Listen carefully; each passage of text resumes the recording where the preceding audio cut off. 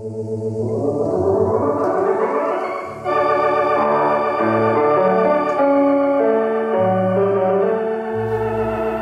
now, for the next 30 minutes, as the prop turns. Brought to you today by Ranger Tugs and Cutwater Boats. Quality cruising and real community.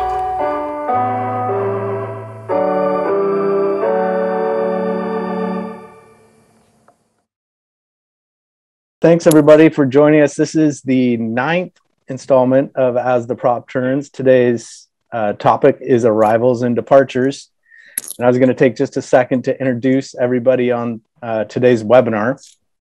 So first off, we have Jeff Messmer, the Vice President of Ranger Tugs and Cutwater Boats. Good morning. We have Andrew Custis, the General Manager of Ranger Tugs and Cutwater Boats. Good morning. We have Mr. Kenny Mars, the Customer Service Manager for Ranger Tugs and Cutwater Boats.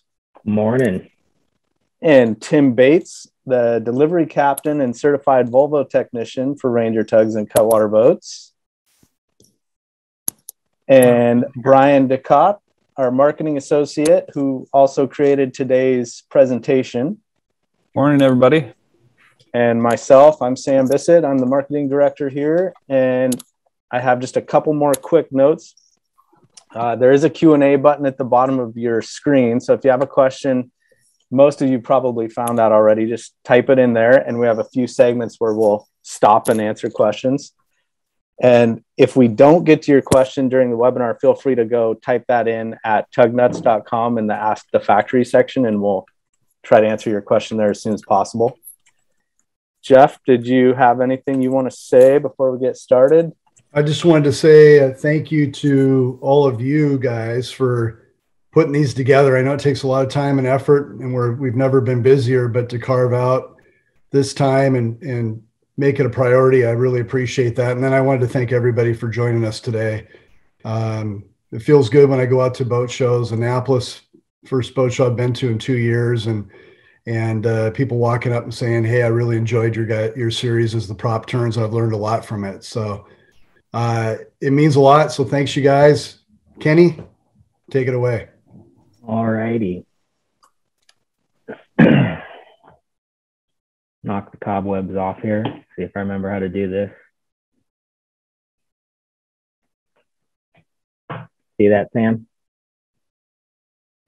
Yep, look good.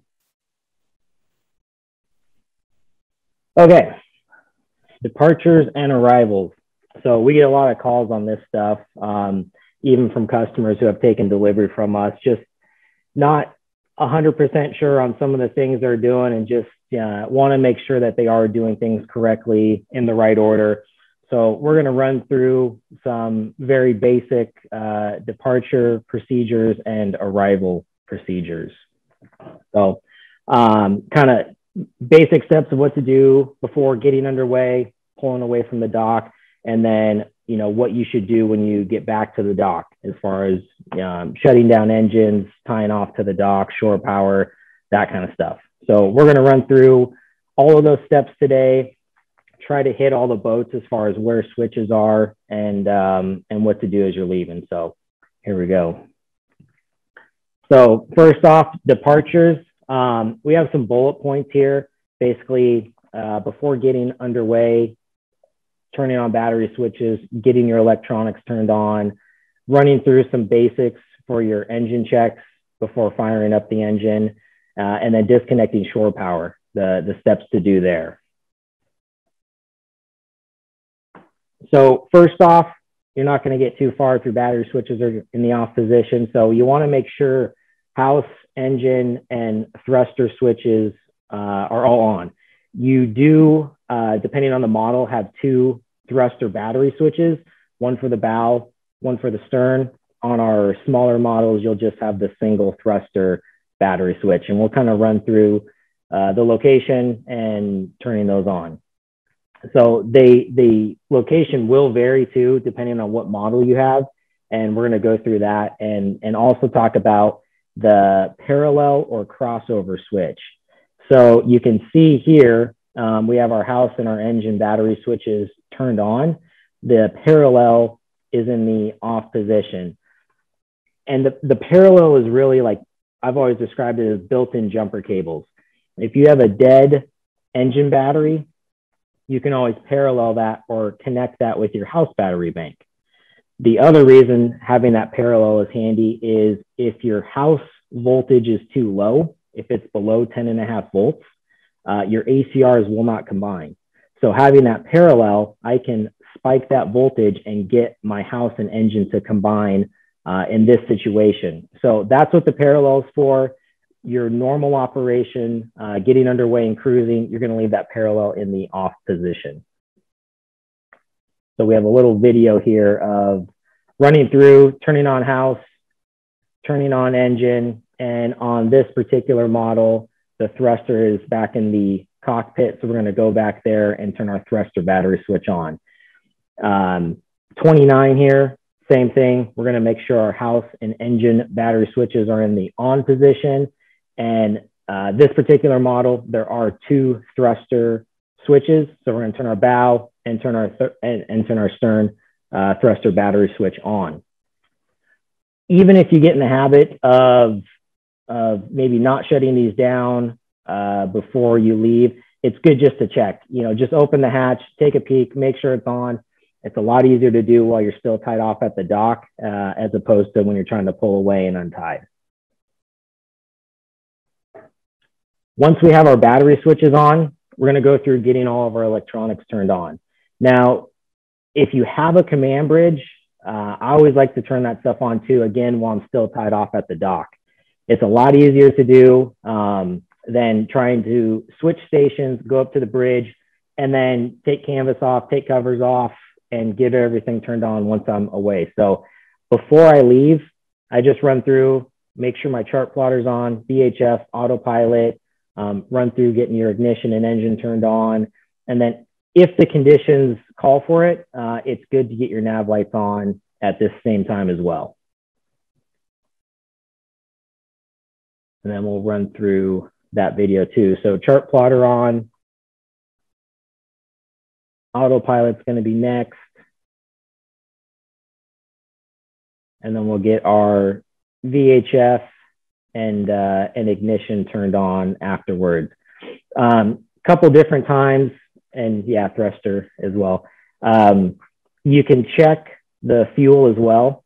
So once you get that ignition turned on, take a look at your fuel gauge before pulling away. Again, it's always good to make sure you have fuel before going too far. We got VHF on, and then we're just going to key on the ignition right now. That's going to allow the engine, no matter if it's an outboard or an inboard, once you key on that ignition, you'll have your engine display come on as well.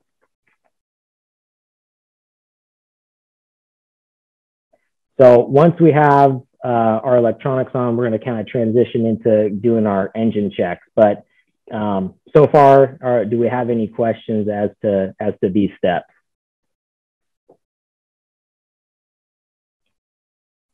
Just little technical difficulties here, Kenny. But one question we get a lot that come through, whether it's during training or understanding what an ACR is. Can you explain in detail what an ACR does and what it stands for?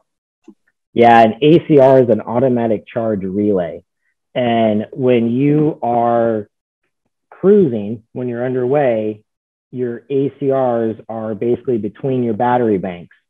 So once your voltage comes up on one bank, it'll then allow the next bank in line to charge, and so on. They're automatic, like the name says. So basically, it's all based off of voltage. When the voltage drops, again, they automatically disconnect.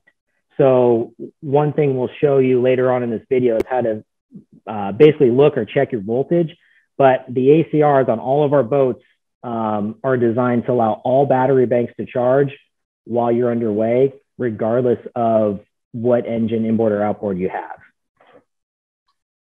Thank you. There's one I'll answer for Barry real quick, just as on the fuel number. I think you talked, well, I don't think we've gotten there yet, but he's asking why the fuel number flashes before you turn on the engine. And the main reason is the Garmin will not communicate with an engine until it's keyed on.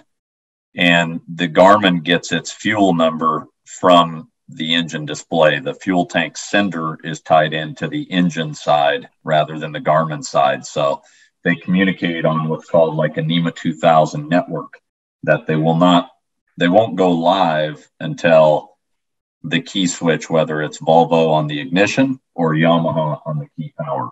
And I think you'll discuss that later too, won't you, Kenny?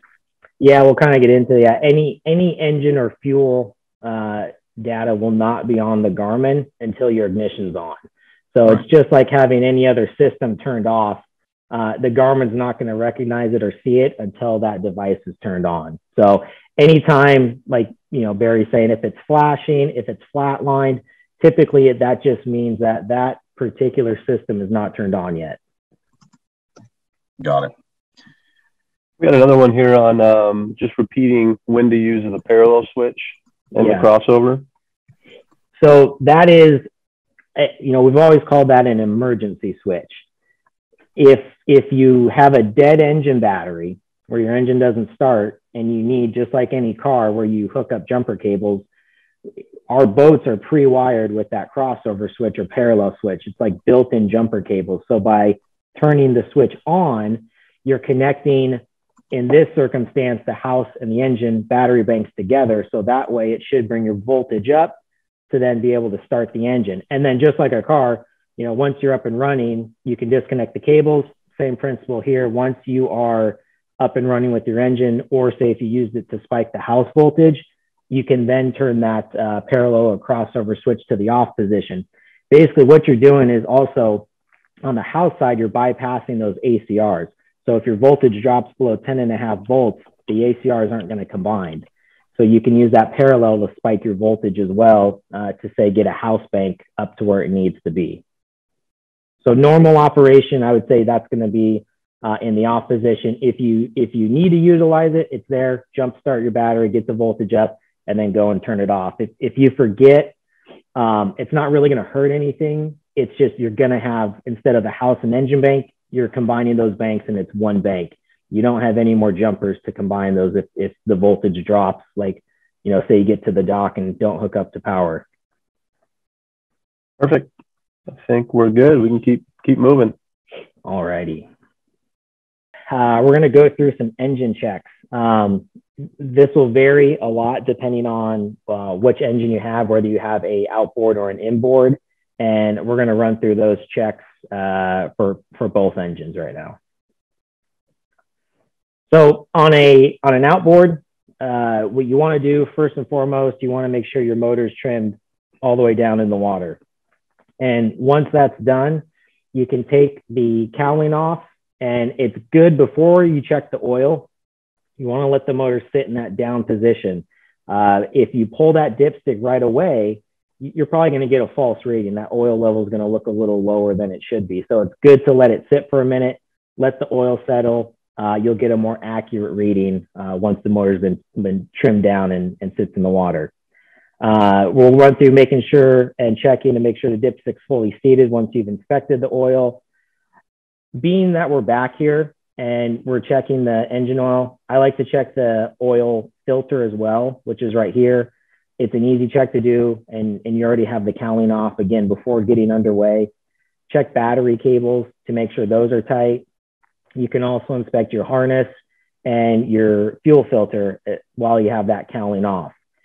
Most important thing too is once you actually fire up the engine, you want to make sure you're discharging water. If you're not discharging, you're not drawing water in to circulate, you're definitely going to have some issues. So you want to make sure at a minimum, we're always checking to make sure we're discharging water. I mean, I personally, I'd rather do this every single morning, just run through the checks for, my own peace of mind. But at an absolute minimum, you want to make sure you're discharging water every single time you fire up that outboard. And we got a little video here showing. So on the Yamaha, you have a lever in the front. You have one on either side in the rear, and those will just open up, and then you can lift that cowling off. And we already had the motor trimmed down in this demonstration. So checking the oil filter, making sure it's on snug. You don't need a tool for that. Just make sure it's hand tight and you don't see any drips. Battery cables here. So we're just giving them a little wiggle to make sure that they're snug. We have our wiring harness, and then checking the oil.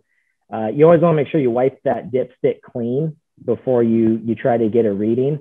So we're going to wipe it clean, and then we're going to reinsert it. And then we're going to go all the way down to where those barbs are, making sure it's pressed all the way in.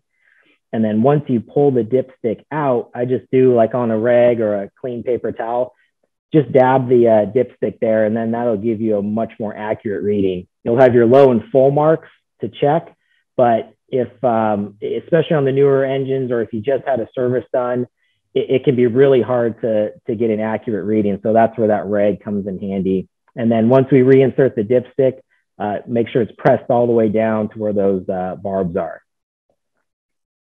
Callie's going to go back on. And then at this point, we can go inside and fire up the engine. And this is what we're talking about here, is you want to make sure you have good water discharge. That's what's going to be your cooling water for the motor. On a inboard, a couple more things we're going to check here, but kind of same principle. We're going to run through all of our fluid. On the lower picture here, you can see that you have your C strainer. This is your raw water strainer. This is good to check to make sure you don't have a bunch of debris in there that's going to restrict any raw water flow. So right now, this is just going to be a visual inspection. Next thing I kind of start from the back corner and work my way forward on the port side for this engine, but we're going to make sure our seacock is open. We're going to run through and check our engine oil next. Now, the inboards don't have the barbs, but they do have a little clip right here to make sure it's seated all the way. So that's important when checking the oil, is when you reinsert that dipstick, make sure it clips all the way in. And then from there, we're going to check coolant. We'll go through our transmission fluid level. We'll check fuel, especially once we go and key on the ignition. And then once we start, similar to the outboard, is we want to check our water flow. So what I do is once the engine's running, I'm going to come down to the strainer and I'm going to watch and make sure that I am circulating or bringing water in to make sure I have enough cooling water getting to the motor. And then once that engine's running, I can go back, just do a visual inspection around the motor, and then also get into the packing gland, which I know we talked about in one of our other webinars. We referenced it here a little bit as far as how to adjust that. We're not going to go through that again, but we're going to show you kind of where that is and where to look for the drip. Lastly, while I have that engine hatch open, is I'm going to check the bilge pumps, and specifically the back one, because that's the lowest one in the engine compartment. That's the one that's going to collect or see the water first. So that's what I want to check before getting underway, just to visually see what, if any, water is down there and how high it is. So we should have a video. So that's a closed and that's an open position.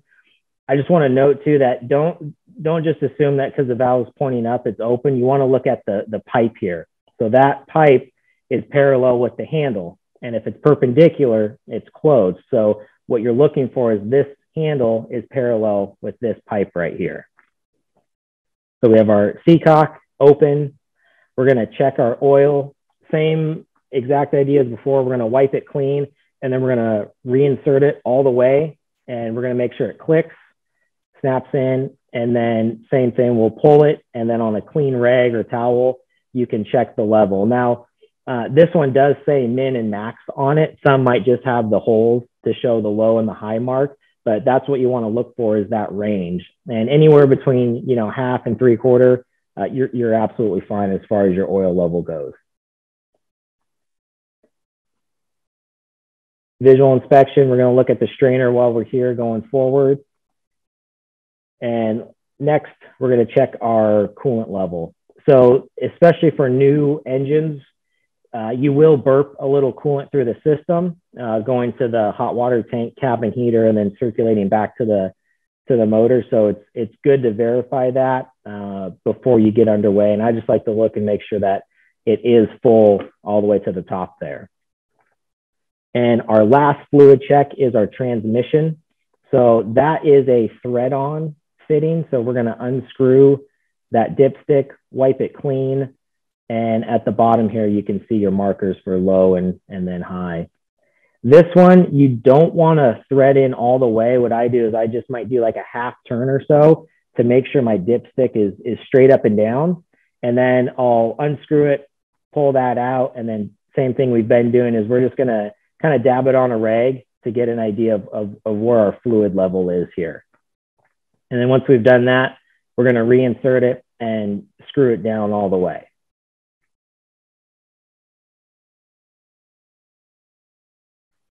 And then lastly, now that we've done all of our raw water and fluid checks, we're going to come to the back. You have your aftmost bilge pump right here, and you can see any water that may accumulate.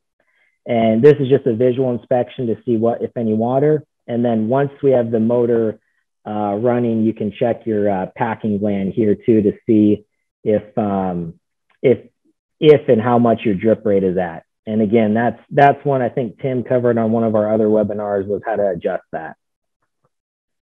Once our checks are all done and we fired up the engine, we can come here to our strainer and you can verify the water flow right now.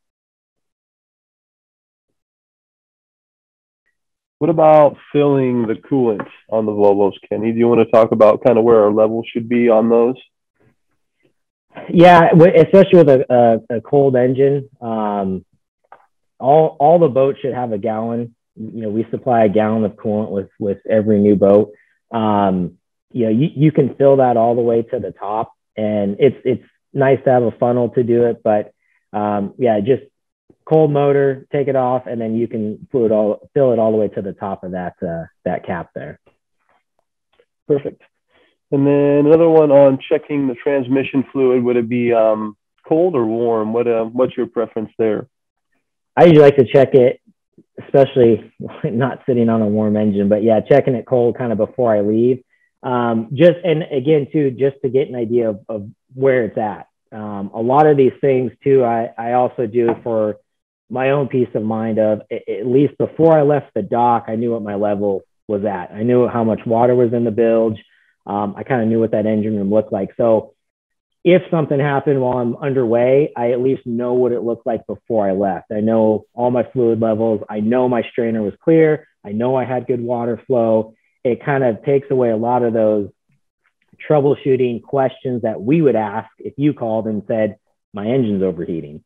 It's first thing, is the seacock open? Is the strainer, like all those things we're going to initially ask you if you're to call in. So that's why before I leave, I just want to make darn sure at least, yep, 100% my seacock's open, strainer's clear, all my fluids are good. So I like to do that, you know, cold motor before we get underway. Perfect. Yeah, and I always warn people to be careful adding fluids with the engine ran recently. You know, if the motor's been running within the last couple hours, it's going to show quite a bit less than what's actually in there. So if you go to top it off warm, you know, by the time everything cools down, you could have overfilled. So I like to check everything cold, fill everything cold. Yep, exactly. And then we have a question from Tom here on the packing gland. I know we went pretty in depth on that on spring maintenance part 1, Tom. But he's asking about a drip rate of 1 to 3 drops per minute, which, you know, we typically want to see a drop every 15 to 20 seconds. So that sounds like you're right where you want to be. But you might review that other webinar just to check that. Yep. Looking pretty good. All right, we can answer the rest of these. We'll keep going. All right, awesome. Okay, so now we've done batteries on, electronics on, we've done our engine checks. Now we need to disconnect from shore power. And that is something I know a few of you might have forgotten to disconnect the cord, and that's okay. But we're going to run through just basics of not just simply disconnecting the cord, but what you should do as far as, you know, turning off your system first. And an air conditioner is a good example. You want to make sure before you just kill that breaker on the AC panel that you first turn off the system at the display. So if I have an air conditioner running, I want to make sure I power that down before I just flip the breaker. Some of these systems can be sensitive, and have error codes when you turn it back on because they don't know why they lost power. But if you shut it down at the display first, you're going to run into a lot less issues. So we always recommend that, no matter what breakers are on the AC panel, that you initially turn down or turn off that system at its own display. So once we've turned everything off at the display, we'll then go to the AC panel and we'll turn off the individual breakers first before we turn off our main shore power breaker. And depending on the model, again, if you have a charger inverter or a combi unit, once you turn off that main breaker, you have one additional step, and that's to turn off the charger inverter. Because what's going to happen is that'll switch over to inverter mode. And if you don't need it, there's no sense in having that inverter on while you're underway. And we'll show you the steps on how to make sure the inverter's off before you leave the dock. But once you have all the breakers turned off, charger inverter turned off, we'll then go to the dock. And it's always good before you disconnect the cord, whichever end it may be, just make sure the breaker's off on the dock. And then once that breaker's off, you can disconnect on the dock side and then disconnect from the boat. So we should have a video here of those steps. So all of our devices are off. We're going to turn our battery charger off. And then next, we're going to turn our shore power main breaker off. On a combi unit boat, we have all of our devices off. We're going to turn our main shore power off. And then this is the additional step is you want to come over to your charger inverter display and you're going to press and hold. You'll hear a beep and then that display will go off. Dock side, we'll turn the breaker off. And then once that breaker is turned off, we can disconnect the cord from the dock. And then next step is disconnecting the cord on the boat. Starting the motor. So again, kind of getting underway here. We, on the outboard side, we've already tilted the motor down. One of the calls we get all the time is engine doesn't start. And any one of our engines, whether it be an outboard or an inboard, if you're in gear, the motor's not going to start. So, before anything, if you're ever worried if you're in neutral or not, there's steps to do as far as going forward, coming back to that forward idle detent and then coming to neutral. But I always like to make sure that I'm in that neutral position. And then I can go into basically making sure I'm selected at that station. If you have multiple helms, a command bridge or an aft station, if it is applicable, you'll have to make sure your kill switch is in, typically at that main helm. And then you can go and turn on the ignition, just like you would your car, and then turn it fully clockwise to start the engine. So here we're at the helm all the way forward. Now, once you pull it back, that's that first detent, that's your forward idle. One more detent kind of clicks in there. That's going to be your neutral. So now that we know we're in neutral, we can key on the ignition. The kill switch is already in and you saw your display came on. So once that's done, you can fire it up. And again, verify you have water discharging off the side of the motor there. On the inboard, same steps. You're going to make sure that your throttle is in neutral. These ones are nice because they actually will have a little N here for neutral. And on your station, you're just going to make sure, again, you're selected at that station. You'll have a little green light that comes on. And then once you're at the station, you confirm you're in neutral. You can key on the ignition. You're going to press that ignition button and then press your start-stop button to fire up the motor. So we're at the station. We see the green light. We see we're in neutral. If you're not in neutral and you go forward, you'll see that light go out. As we come back, you'll see you have a little N there for neutral. Ignition's already on. So what we'll do now is basically you're just going to hit that start-stop button. And once your engine's up and running, you'll see a green or have a green light come on there. And then once that happens, I just come to the back. I still have my engine hatch open, and I'm just verifying I have good water flow coming through that strainer there before I shut the hatch and get underway. Any other questions on that? Yeah, it looks like we got a couple here. So Doug Smith is asking if you leave the inverter on when you leave shore power and the engine is running, will that have any impact on the house batteries? If you leave the inverter on, so your inverter is only going to pull from the house battery bank. And if your engine is running, it should be charging that house battery bank. Really, I would say the majority of our applications, your inverter is there to power up your microwave and your outlets.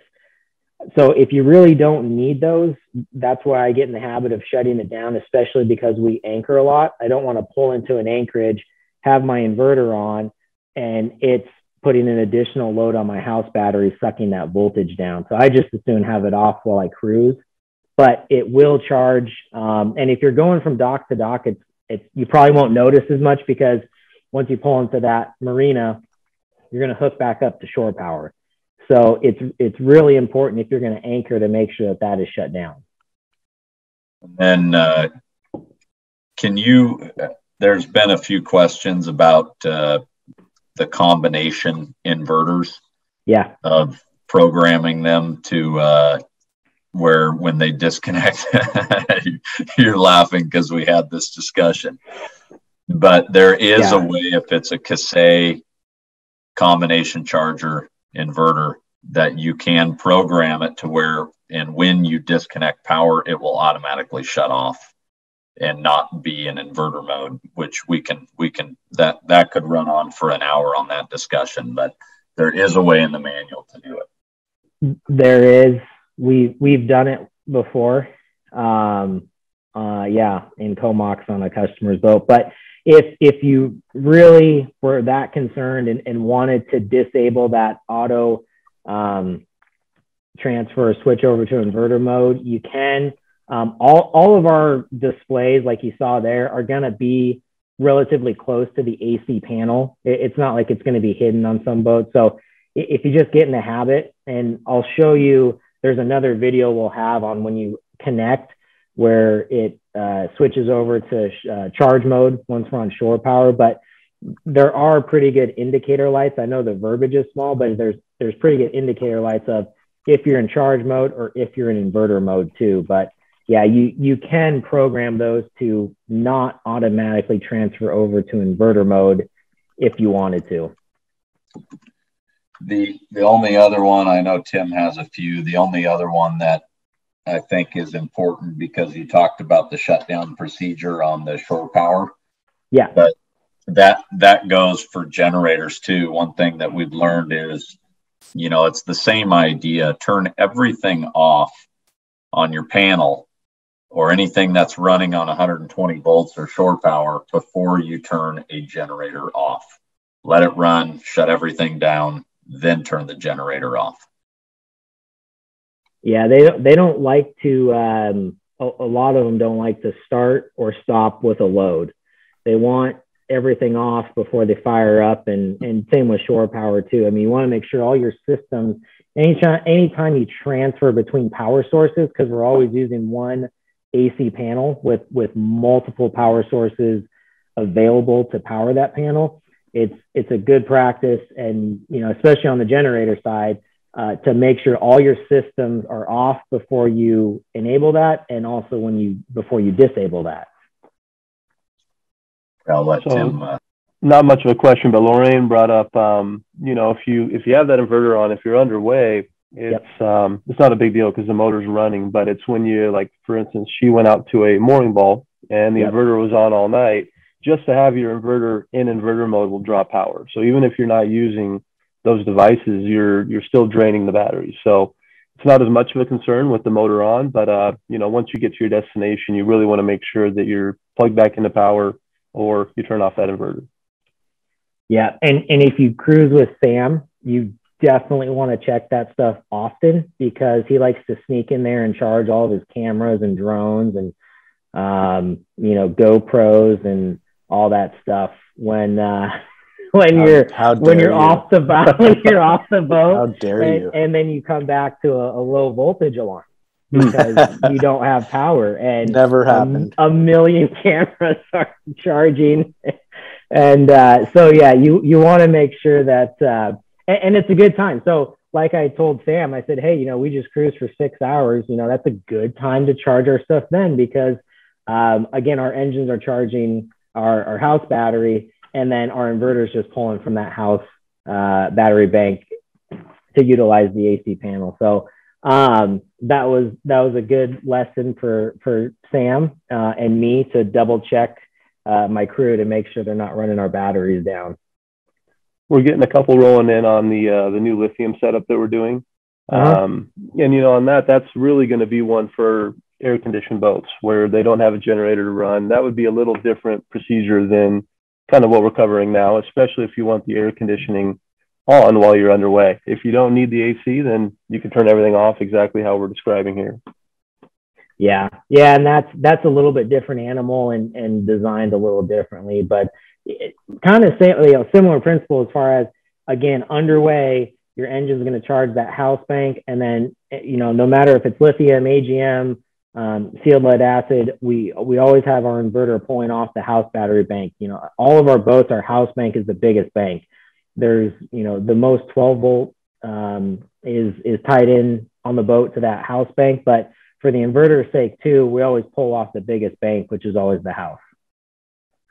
Perfect. I think we're looking good. All righty. So arrivals. So that we went out and cruised, had a great day coming back into the dock. First thing you want to make sure is that your fenders are deployed. That's kind of a key one. And then we'll kind of run through tying off to the dock, but yeah, get lines ready, get fenders ready. A lot of times if I'm pulling into a marina and they're sticking me in guest moorage, I'll ask if it's a port or starboard tie. And that way, as I'm motoring up, I can get fenders and lines ready on that side of the boat. Once we get into the dock and we're tied off, we'll then go through and shut down the engine. This one I do like to do as far as I like to shut down my motor and then hook up the power. And really the only reason I like to do that is I can then make sure once I'm hooked up the power that, I'll look at my DC voltage and make sure all my battery banks are charging while hooked up to shore power. If my engine's still running, I could get I'll still have the voltage. I could get a little bit of a false reading because my engine's charging the batteries, but I like to make sure once the engine's shut down and I'm hooked up to power that I am in fact charging and that everything's working. So once we pull in, shut down the motor, we'll kind of run through those steps, and then we're going to go through and connect back into shore power. So you'll kind of just repeat the steps or the flow as far as when we disconnected and left the dock. Now we're just going to do the opposite. We're going to connect back in and turn on breakers at the dock. And then here, I think we pulled this too from the close quarters maneuvering, which was another absolutely fantastic webinar we did. And this is just your basic, cleat hitch tying off at the dock here. This is going to kind of vary too, especially on a longer linear dock, which we'll show you here in a minute. So, if you're on a linear dock, the cleats are going to be spaced out, in kind of, different stages. And you might have to get a little creative as far as how you tie off to the dock, as opposed to say like an individual slip. So here we kind of have a double spring line going, but everything, I always like to make sure the eye of the line's on the boat, and that way we can come down to the cleat on the dock and then back to a cleat on the boat. Same in the back here. So all of our kits, you have 2 20-foot lines and then one 25-foot line. So I've never needed more than 3 lines to tie off, no matter what that linear dock looks like. There's always been enough cleats, but you will have to play with that a little bit depending on, how you're positioned on the dock there. And then, so now that we're tied off, we want to reconnect shore power. So we're going to run through those steps of connecting the shore power cord. We're going to make sure we have our breaker on the outlet or the pedestal on the dock. And then we'll go through making sure all of our AC main breakers are on, our battery charger is on, and we'll verify too, like on that combi unit, that we are in charge mode too. And then at that point, any other accessory breakers you want on or devices, you can turn those on at that time. So you'll plug the shore power cord in there. And then if you have that locking collar, just snug that up. And then we'll go over to the dock side next. Same thing, verify breakers off before you plug in. So we have the breaker in the off position. We'll plug our cord in. And then once that's done, we'll flip the breaker on at the dock. Once we come inside, we're going to turn our main shore power breaker on. You'll see the AC voltage come up. And then now you'll have a amber light. And this is the verbiage that's small, but the inverter is going to be amber, and then the charge is going to be green. And once we switch to green, you'll see that light on the status icon go to green. And then on this particular boat, we can look at our house engine and thruster battery banks once we've been plugged in to make sure all three banks are above 13 volts. That's kind of the goal. We'll make sure all of them are above 13 while hooked up to power. On a I should say standalone boat, a standalone battery charger, standalone inverter, this is where we get a lot of questions. The upper corner here, this remote switch is your inverter switch. And you can see here, there's a guard.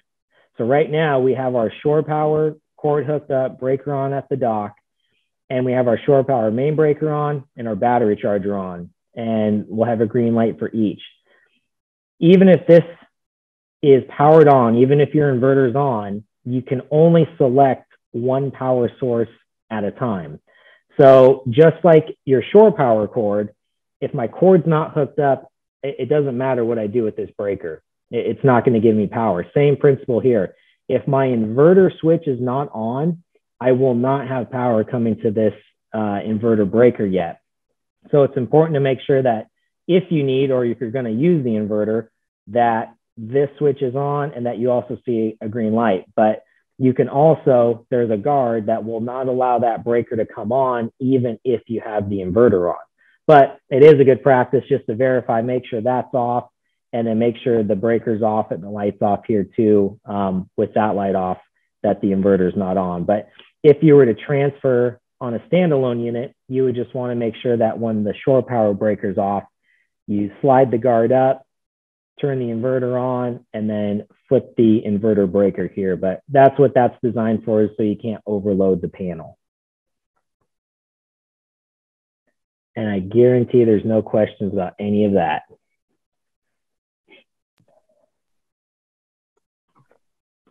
Let's see what we got here. So Linnea was asking, why would you need the inverter on if you were on shore power? Exactly. You wouldn't need it at all. So once you have shore power, that's one of the two power sources coming in. You would only pick one source. And if you have shore power, that would be the preferred source. So you wouldn't ever have both on at the same time. And you physically cannot turn both on at the same time, especially with that guard there. Albert's asking about how do you tell battery voltage? Are you going to cover that? Is that coming up? Yeah, so the video here had the DC voltmeter, but in a second we'll have another one of, on any of our boats, how to put the voltage on the Garmin. So we're going to walk through that in a little bit more detail to actually show how to set that screen up to monitor or look at voltage from the Garmin. Let's see. I'm just reading some of these real quick.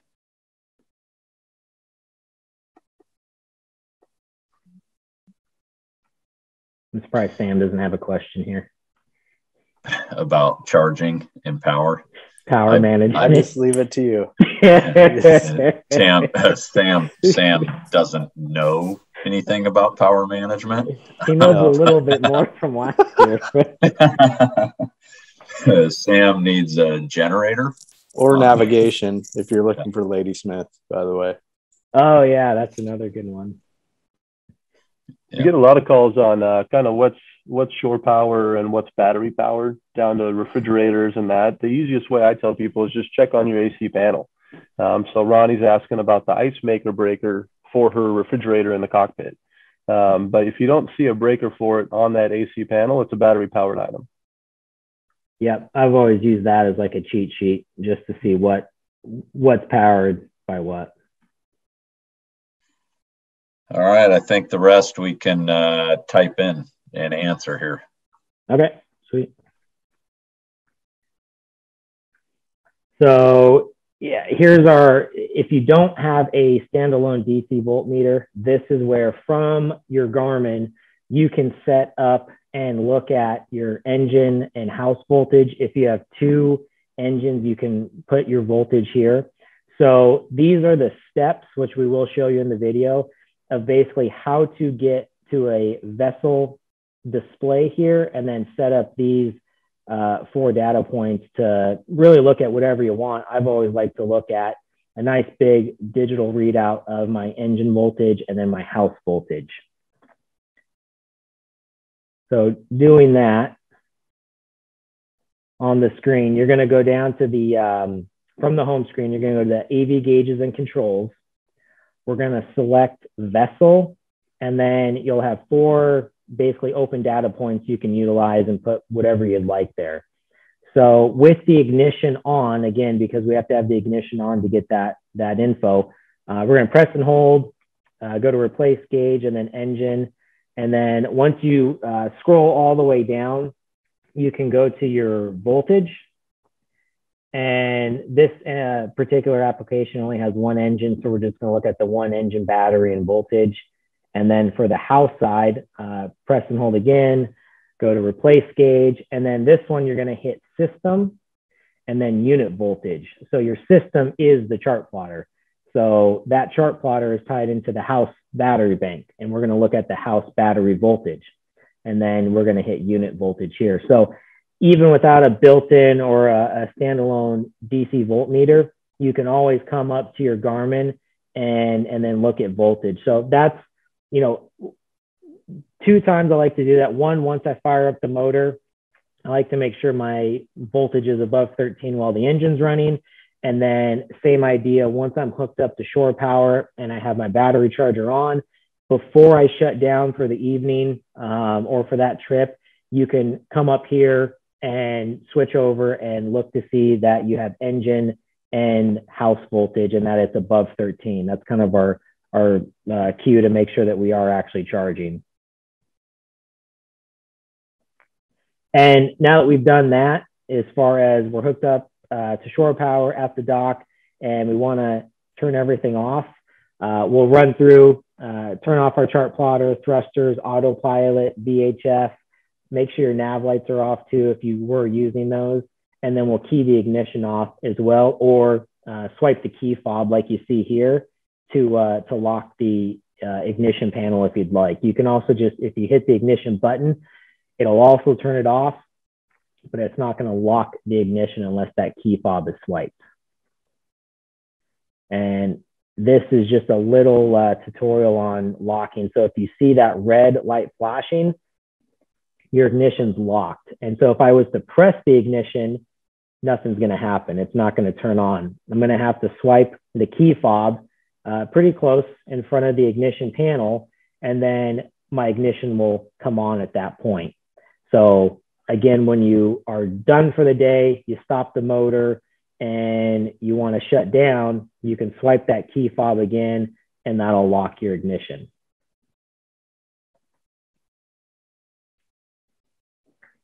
And then lastly too, once we've gotten to this stage and say you're getting ready to go into town or head home for the day, it's good just to do one more kind of pass through the boat.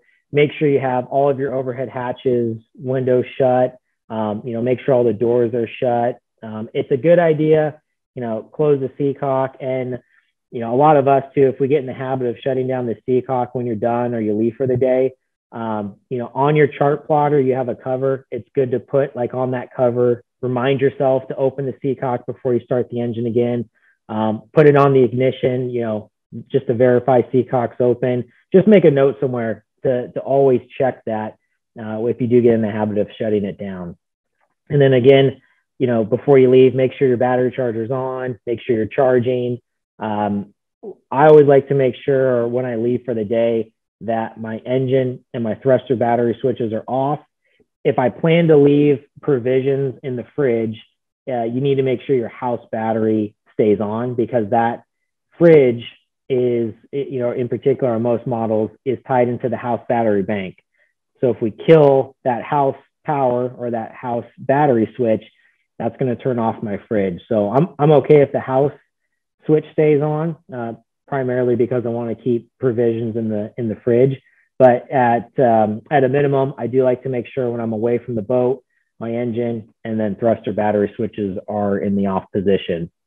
Then once I step off, I'll just kind of double check lines, fenders, and make sure everything is secure. Yeah, I think we just need to kind of go. We get a lot of questions on, and we have during this seminar on shutting down engines and battery switches and when to do that. We have had several ask about shutting down the main engine battery switch while they're running a motor.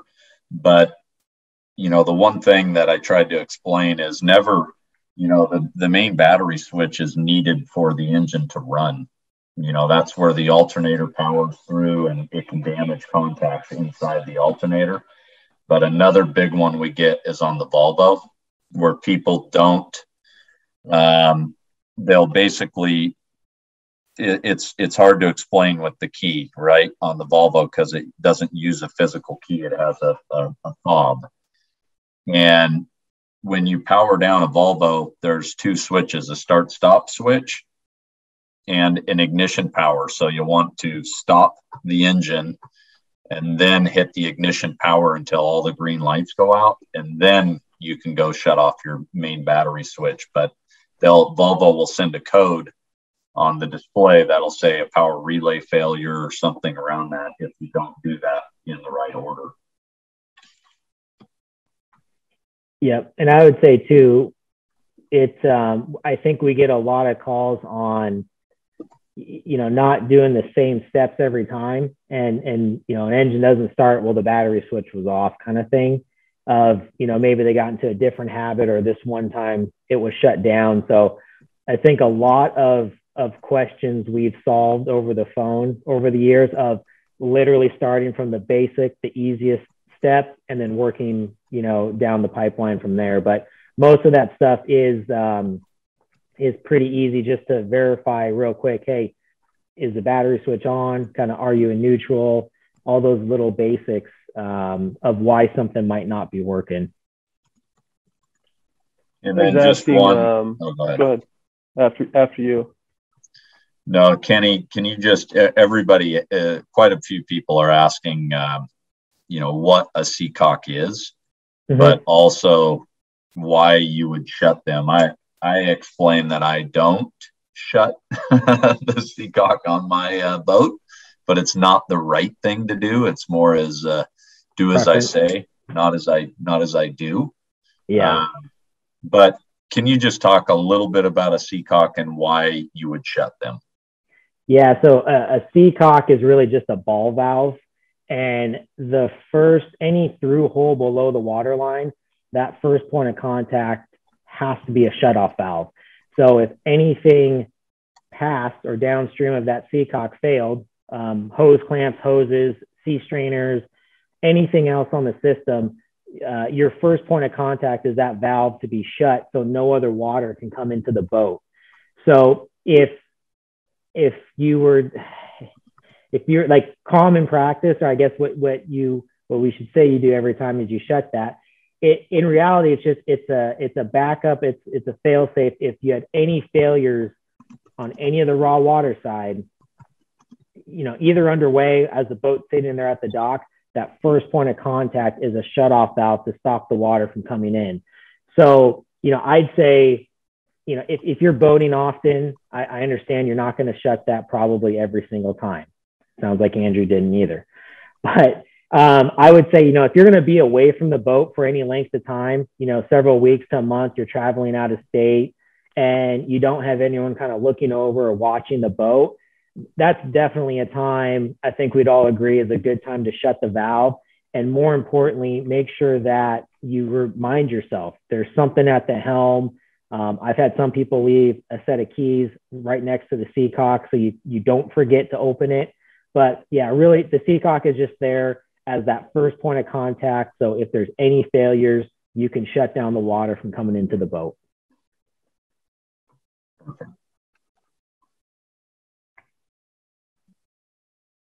We have a question here from Doc about shutting down the Volvo Penta with the fob before turning off the ignition battery. And I think you just touched on that. But, you know, there's really two ways to shut your Volvo off. There's the ignition button, which will turn off the screen, but not lock the system. And then you have the fob, which will turn off the screen, but also lock everything. You know, best practice is to lock it. So if somebody does get on the boat, they can't do anything until they get that fob. But I'm always a little cautious locking that if I'm in an area where, you know, maybe I can lose my keys, because it's not like you just call a regular locksmith to come and unlock your boat at that point. So I like to lock mine, especially if I'm, you know, at my home port, but just be cautious with that if you're only carrying one key.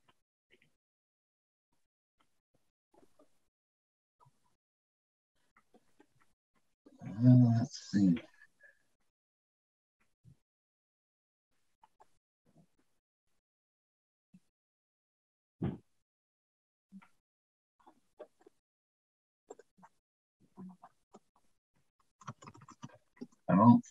I think everything else, let me look down. We have a lot of questions. That's the last slide too. So this is a good one, Kenny, about shutting seacocks before lifting a boat out on the water or out of the water. Just be good for conditioning, talking about some of that. So yeah, so when you haul a boat out, whether it be on the trailer or slings, air conditioning systems, especially, those pumps tend to lose a prime. So if you're going to haul the boat out, primarily on the raw water side for your air conditioning system, it's going to be a lot easier if you shut the valves ahead of time, and that'll hold a prime and keep a prime on those pumps. Your engine is not as sensitive. It does have a pretty good impeller that'll start drawing water in once you get underway or once you get back in and fire up the motor. But yeah, for the air conditionings, especially on whatever seacock is associated with that, it's a good practice to shut that before you haul the boat out. okay.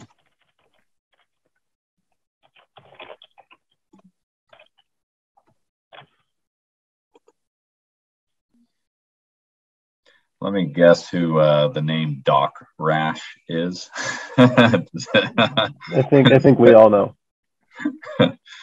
Should we switch all of our backgrounds now? Yeah, we could certainly show everybody who the Doc Rash is. I think this is that's Doc Rash. Let's see. Do thrusters run only on the engine battery bank? No, they have their own battery and own bank. All the thrusters have their own designated battery and bank. Can you talk about why thrusters would run out of power? Yeah. Been running. What's that? Even with the engine running. Yeah, and one of the main reasons we have a thruster on its own bank is it takes a heavy load. It puts a heavy load. It's a big motor for a battery bank. And specifically, the reason it's on its own bank is your electronics don't like that voltage spike up and down. The Garmin does weird things. Electronics come on and off as they see that big dip up and down as you activate the thruster. So we've always put a thruster on its own bank. So as that voltage comes up and down rapidly, it doesn't freak out the electronics. And with the ACRs, that's where that disconnect and connecting comes into play. But even with the motor running, if you're laying on those thrusters, it's an electric motor. It's going to take a heavy load and put a heavy load on those batteries. So it's, we always say it's best to use them sparingly. They're there, but you don't want to solely be dependent on them getting into the dock. And I certainly don't want to let, the second I get through the breakwater, start laying on my thrusters to get into my slip. I always try to see how close I can get to the dock before I really need to use the thrusters. But you do want to try to use them sparingly because it is an electric motor. Perfect. And then Tim, you had one that you were going to answer live about leave your engine switch off when leaving the boat. Why would you do that? Yeah, even even with your ignition off, you'll have a little bit of a draw there, but it just is that last kind of insurance that we've shut everything off. I like to turn off my thruster and my engine battery switch when I leave the boat. If house is on, that would be the main reason if we're leaving a refrigerator on. But if we don't need the refrigerator on, I'll even shut off house just to make sure everything's off. And then here's a really important one from Doc Rash, wanting to know how to access the charge account at the Quarterdeck Cafe. That Ranger Tugs charge account. Under Sam's name, isn't it? Yeah. It is, yeah. Sam under Savory Biscuit. Yep. We have his card number up there. Yep, on file. On an inboard, I'm just looking at this one. When to turn the fuel tank valve off, Tim? Never. There's really no reason to do that. Even if you're changing filters, all that's above the fuel tank. We as a builder have to install that on the diesels, but even for my filter changes, I can leave that valve open. Now, if I was underway and I had a massive fuel leak, I'd think about turning that off. But other than that, that should always remain open. What bank does the windlass run from, Kenny? Great question. So, yeah.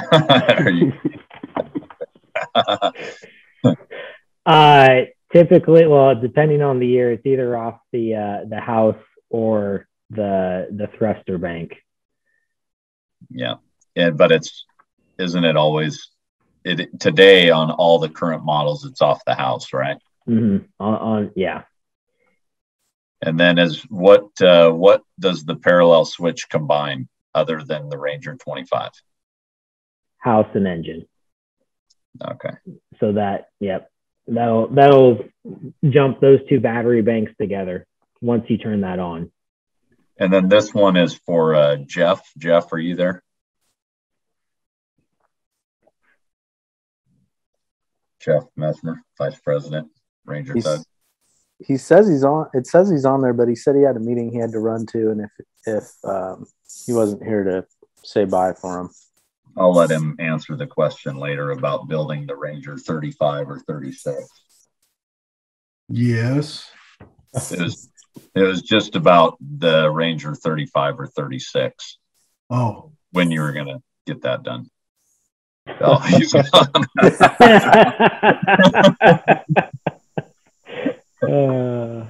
It's all right. That would be a question for John. Not for me. All right. Are you, let's see.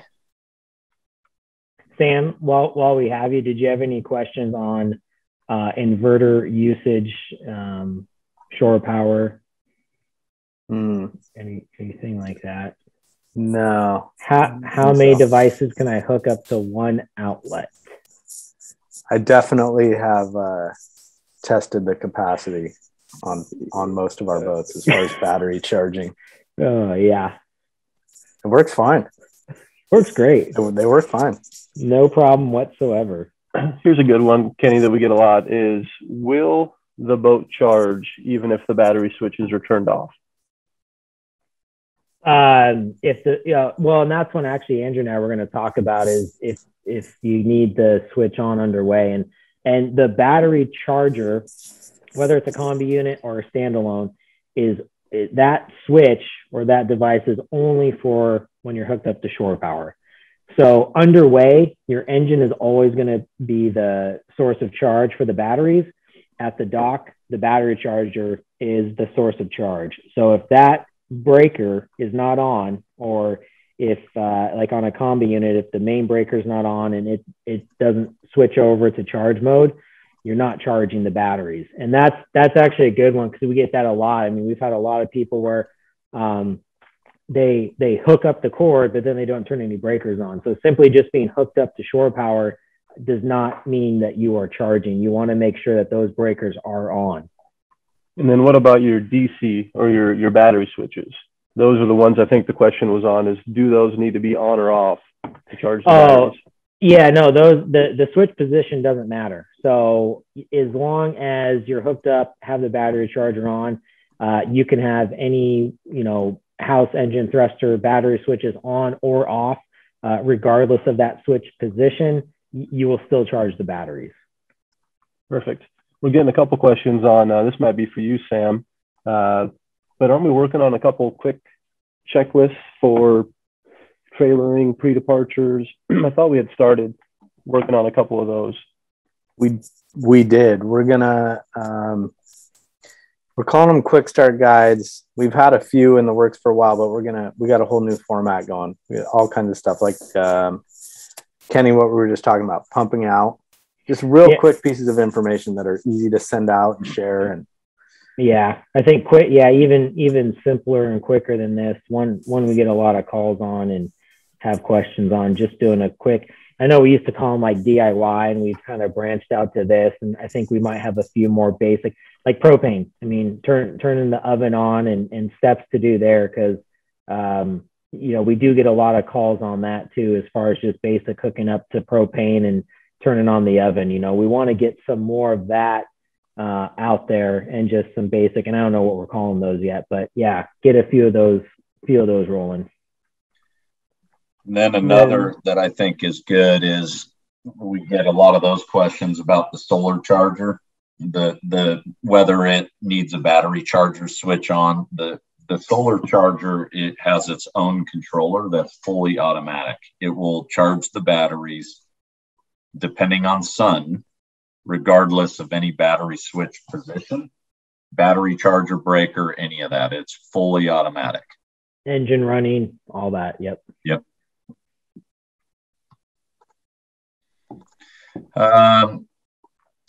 I think we can go. We have a lot of questions, but I think we can respond to the rest of these by, let me just look. Do you see anything, Tim, that we should do without typing a response? I think we've covered most of these. The difference on the 25, Kenny, that we were talking about for the parallel, do you want to cover that at all? Yeah, so on the outboard 25, the parallel switch ties in the engine and thruster bank. And that just has to do with basically you have all 4 battery switches on one panel in one location. And so instead of jumping from the house, we're jumping off the thruster battery at that point. Yeah, we typically put that parallel switch in between the 2 banks that they're combining. So easiest way to tell is look at what's above it and what's below it, and then that's what's combining those banks. There's one here too from Lorraine too, is the parallel combining the thruster battery as well. No matter what the parallel, everyone has one parallel, and you're only going to combine 2 banks. So other than the 25, you will not tie in that thruster battery bank. You're only combining for example, the house and the engine battery together. So if you forget and leave that parallel on, there's no other switch to tie in that 3rd bank. That's where you would need physical jumper cables to jumpstart the batteries. So yeah, the parallel is always going between just 2 battery banks, primarily house and engine. On the 25, again, it's the thruster and the engine, but it's only 2 banks you're combining. Let's see.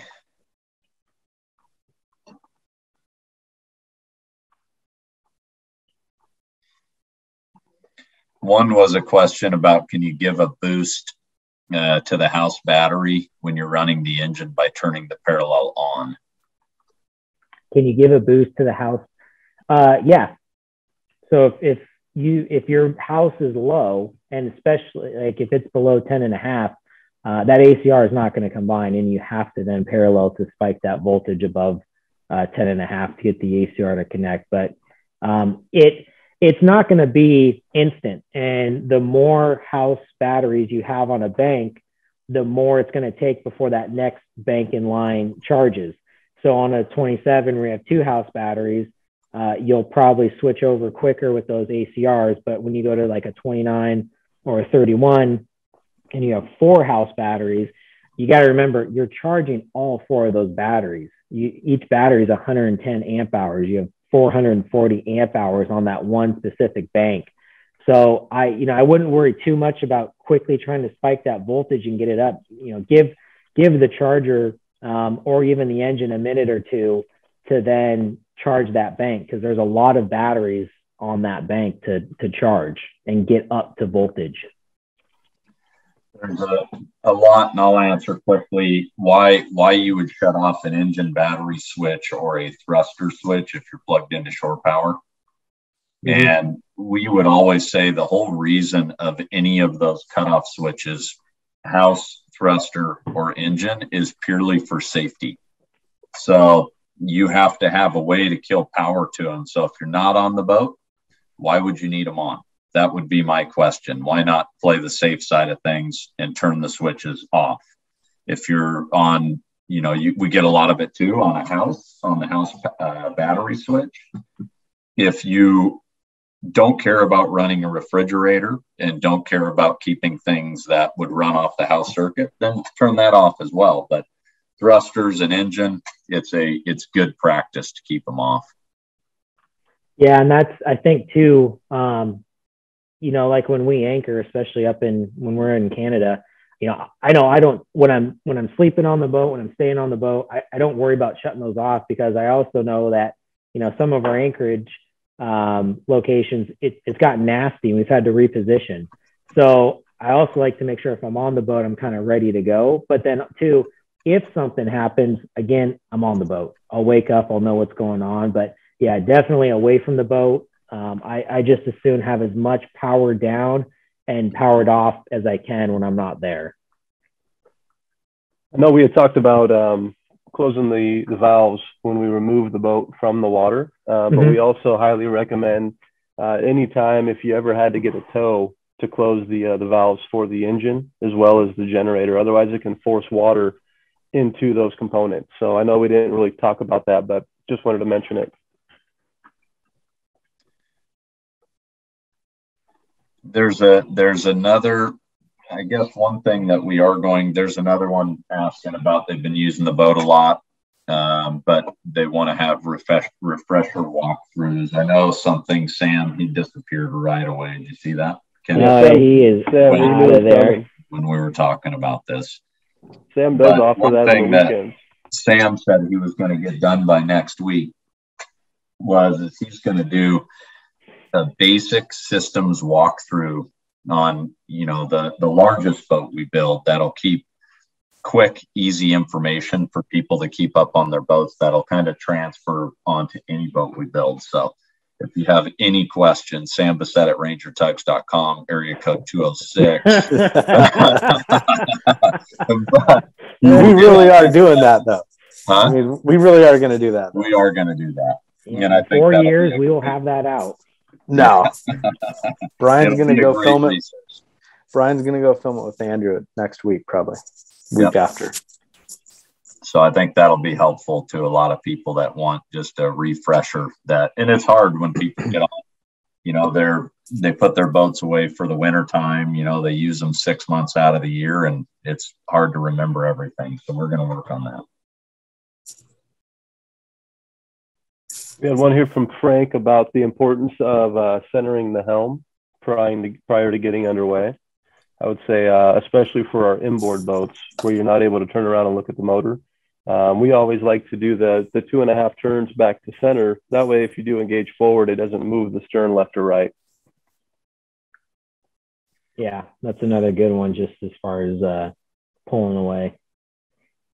Tim, do you want to talk about open seacocks and strong currents for towing? Yeah, we talked about towing. I brought it up because of that question. Oh, okay.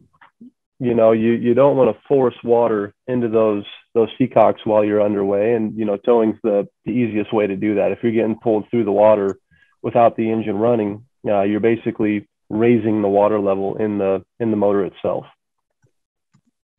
Yep. Let's see.